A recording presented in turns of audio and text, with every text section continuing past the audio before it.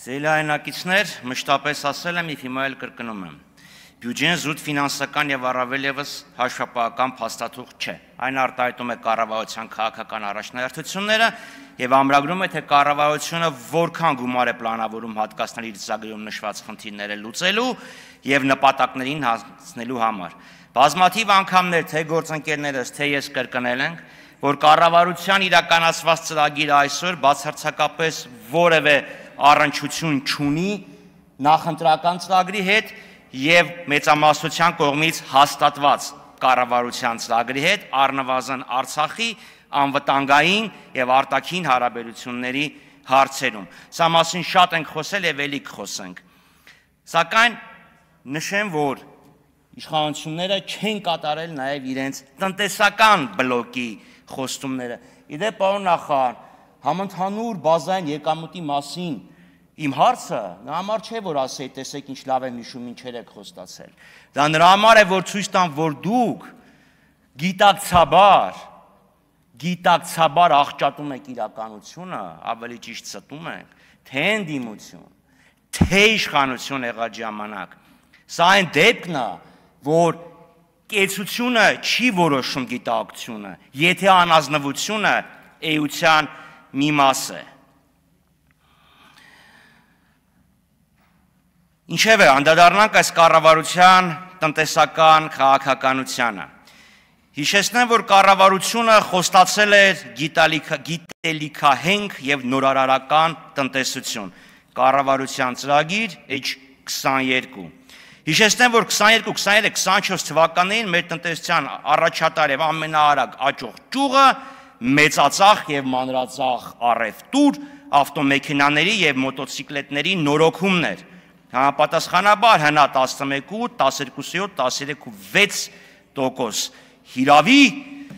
գիտելիքահենք ճյուղ, առնել ծախել կամ դզել փչել։ Մոգական է։ Իդեպ 25 թվականի առաջի կիսամյակում այս նորարար և գիտելիքահենք ճյուղը կազմում էր մեր հնա 14.4%-ը։ 23 թվականին Հայաստանը շախ և մատ հայտարարեց ամբողջ աշխարհին, մեկ տարվա ընթացքում 23.6 անգամ մեծացնելով ոսկերչական արտադրությունը։ Ոսկերչությունը պեռաշկի թխելչի, տիկնայք և պարոնայք, 24 թվականին Հայաստանը սկսեց ոսկի արտահանել, շատ ոսկի, մոտ 10 տոննա, Քլոնդայքն էինք դարձել։ Բայց 24 թվականից ռուս-ուկրաինական երրորդ եռամսյակից են ռուս-ուկրաինական հակամարտությամբ պայմանավորված արտածին բարենպաստ գործոնների ազդեցությունը սկսեց նվազել։ Պատահական չէ, որ 22-23 թվականների համապատասխանաբար 12.6 և 8.7% բարձր աճից հետո 24 թվականին մեր տնտեսական աճը ընդամենը 5.9% էր, իսկ 25 թվականին սպասվում է 5.2% աճ։ Իդեպ նշեմ, որ անցյալ տարի այս օրերին կառավարությունը 25 թվականի համար խոստանում էր 5.6%։ Հիմա 0.4%-ային կետով նվազեցրել են։ 26 թվականի համար կանխատեսվում է 5.4%, 5.4%։ Նախորդ տարի կանխատեսում էիք բյուջեի ուղերձն այ, պարոն Հովհաննիսյան։ Նախորդ տարի կազմում էր 5.5% կանխատեսումը։ Այսպիսով մեր նորմալ պայմաններում, երբ չկան արտածին գործոններ, մեր տնտեսական աճը 5.2-ից 5.4% է։ Հիշեցնեմ, որ կառավարությունը խոստանում էր տարեկան միջին աճի նվազագույն մակարդակ 7%, իսկ բարենպաստ արտաքին տնտեսական պայմաններում 9%, կառավարության ծրագիր նույն էջ։ Մենք 2 տարի 9 ամիս ունեցել ենք բարենպաստ արտաքին պայմաններ։ Դա վերացավ 5.2-5.4։ Բայց ախր նորմալ պայմաններն էլ նորմալ պայմաններ չեն։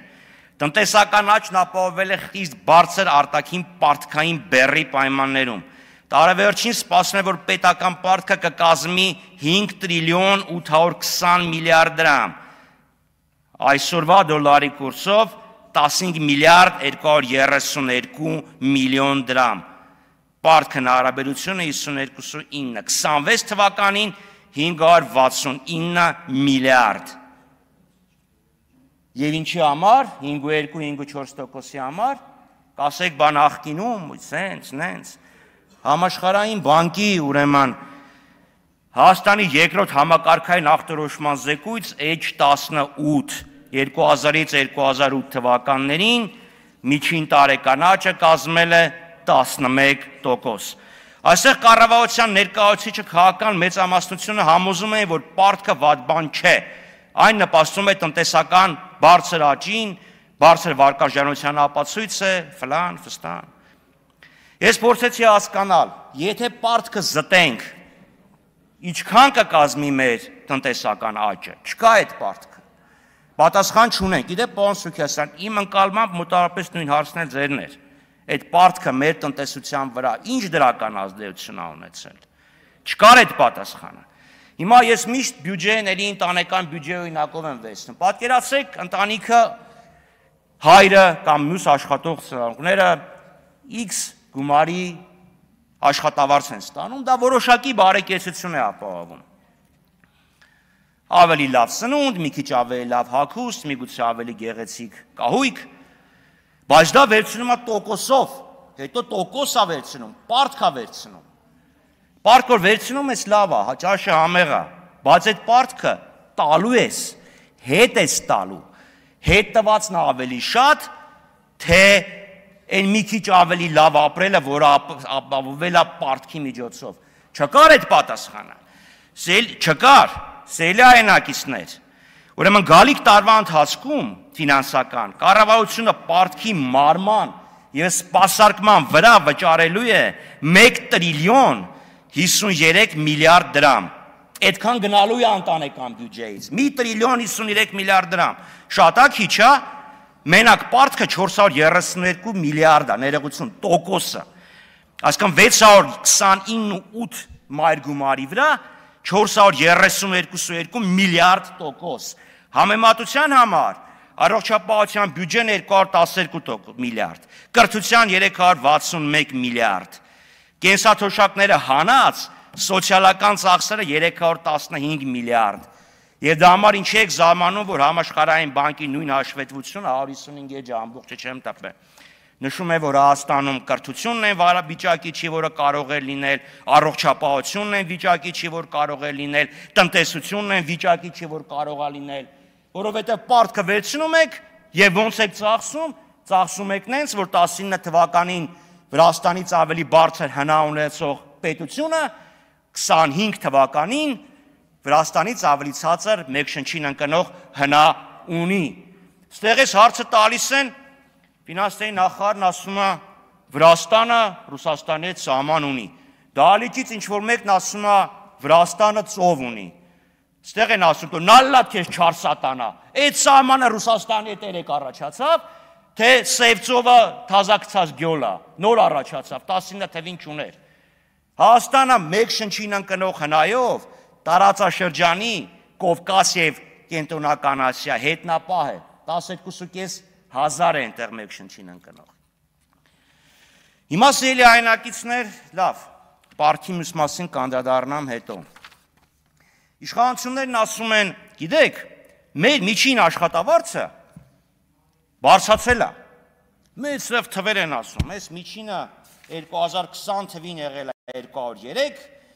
1268 դրամ, 25 թվականի առաջի կիսամյակում 313,000 դրամ։ Միջին բառը, որ ասում ես, այն տպավորությունն ա, որ մեջտեղն է, մոտավորապես կեսը քիչ է, մոտավորապես կեսը շատ է։ Ես այդ հարցը անցյալ տարի տվեցի պարոն նախարարին, հիշում եք պարոն Հովհաննիսյան, ասեցի դժվար բառ չի, մի հատ դիմեք, պատասխանը կտան, չեմ զլացել, դիմել եմ թե ՊԵԿ եւ թե աշխատանքի եւ սոցիալական հարցերի նախարարություն։ ԱՍՀՆ-ն ընդհանրապես ուղարկել է ՊԵԿ։ Կարծես թե աշխատանքի նախարարը ես եմ, իրանք զբաղվում են վայրի բնության պաշտպանությամբ։ ՊԵԿ-ից ստացվել է շատ հետաքրքիր պատասխան, աշխատավարձերը չունենք, ունենք հարկման բազան, որի մեջ մտնում է արձակուրդայիններ, քաղաքիրավական պայմանագիր եւ աշխատողների թիվներ չունենք, առնենք եկամուտները։ Այսինքն ես այս տարվա կտրվածքով 4 աշխատող եմ, որտեղ ես աշխատավարձ ստանում եմ այստեղից եւ 3 բուհերում դասավանդելից։ Ես 4 քաղաքիրավական պայմանագրով, հարգելիս, ունեմ այդ իրավունքը։ Ինչևէ 2025 թվականի առաջի կիսամյակում սիրելի հայրենակիցներ, մեր բնակչության 75%-ը միջին աշխատավարձից ցածր է ստանում։ Հասկանում եք, բա ուր եղավ կեսը, միջինը։ Իշխան կառավարությունը այսօր չունի աշխատավարձի մեդիան արժեքը, թե մեջտեղի աշխատավարձը ինչքան է։ Չունի ավելի հաճախ հանդիպող արժեքը, բա դուք աշխատանքի շուկայի մասին ո՞նց եք դատողություն անում, պարոնայք եւ տիկնայք։ Ուրեմն, մինչև 100,000 դրամ ստանում է 176,000 մարդ, 100,000-ից 200,000 դրամ 277,000 մարդ, 200-ից 300,000 119,647, այդ միջին աշխատավարձով ում եք խաբում։ Հիմա լավ, ես կարող եմ պարոն Սիմոնյան 2 րոպե վերցնել։ Չէ, 4 րոպե շատ է։ Հիմա վերցնենք պարտքի մակարդակը ընտանեկան մակարդակում, ընտանիքում։ Սիրելի այնակիցներ, երբ այս իշխանությունը ստանձնեց կառավարությունը 17 թվականին, ուրեմն անհուսալի վարկեր ունեցող մինչև 250,000 դրամ անհուսալի վարկեր ունեցող քաղաքացիների ֆիզիկական անձանց թիվը 47,670 մարդ էր։